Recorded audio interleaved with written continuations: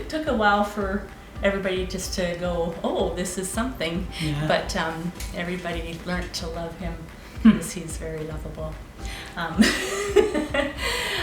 So anyways, it seems that there was a lot of conversations going on behind my back, which became evident when he said that he would like to take me to Newfoundland. That's where Dave is from, actually, and his father lives there, and he wanted me to meet his dad. Well, that was so exciting for me, and so we get off the plane, the red eye, and we get off the plane, and his cousin is a steward for WestJet. Yeah. And there's this group of guys in a white uniform at the end of the plank, and we've been traveling all night, and we just walked down the plank and out, and then Dave goes, I think that's my cousin.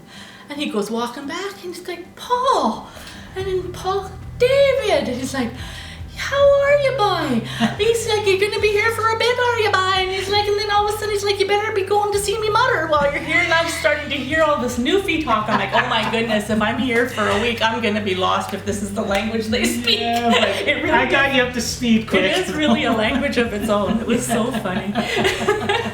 So we were there at the same time as George Street, which is a street full of pubs and like how many pubs? Like 25 or 25 pubs, yeah, but in St. John's, one street closed down, and each summer they have a festival. And booking this trip, we knew of this festival, so we had booked 4 evenings of seeing bands like April Wine and Alan Doyle was there. It was great. Toronto, the band Toronto. If you grew up in the 80s, you'd know. I do. So anyways, we would take out John. We'd go pick John Dad up from the home during the day, and we'd do in Witless Bay, which is about a half an hour away. And we do our touring, and of St. John's and around the area. St. John's, bye. That's right. Yeah.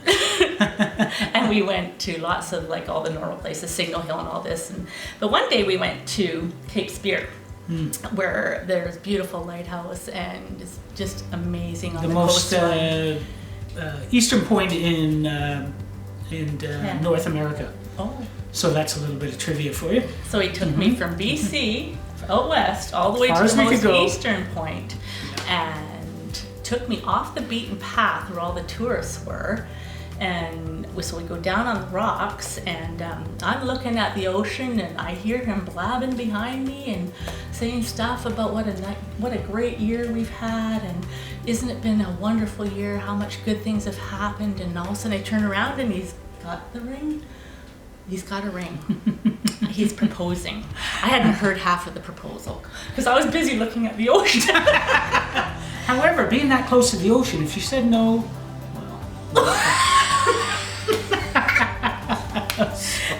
It's going in the drink. Go in the drink with me. Yes. So that was a we got engaged at Cape Spear. Now I had to say, like, I was like, does anybody know? He goes, everybody knows. Yes. I'm so like, how does everybody know? Part of this, every time Doreen went to the bathroom, I would quickly spiel out to her family. So I want to let you know my intentions. I love your daughter. I love your mom. Or I love your Oma. I would like to ask her to marry me, and I would like to ask for your permission. And that came down to even asking the grandkids. Because of her backstory, I knew that I wanted to be a gentleman, and she's the most classy lady I've ever met in my life. So she means the world to me, and that's how I wanted to do things. And of course, my dad and my mom, they brought me up right to treat a woman with respect and know how to treat a lady. So, so I said yes. And then the rest. Our love story hasn't stopped. On July 1st, so we met on Canada Day. Yeah. And 2 years later on Canada Day, we got married in my brother's backyard. Yeah. And a small wedding with family and a few friends. And one of the things I asked everybody to do was to wear a little bit of purple. And everybody did. Purple is my favorite color. And the ring.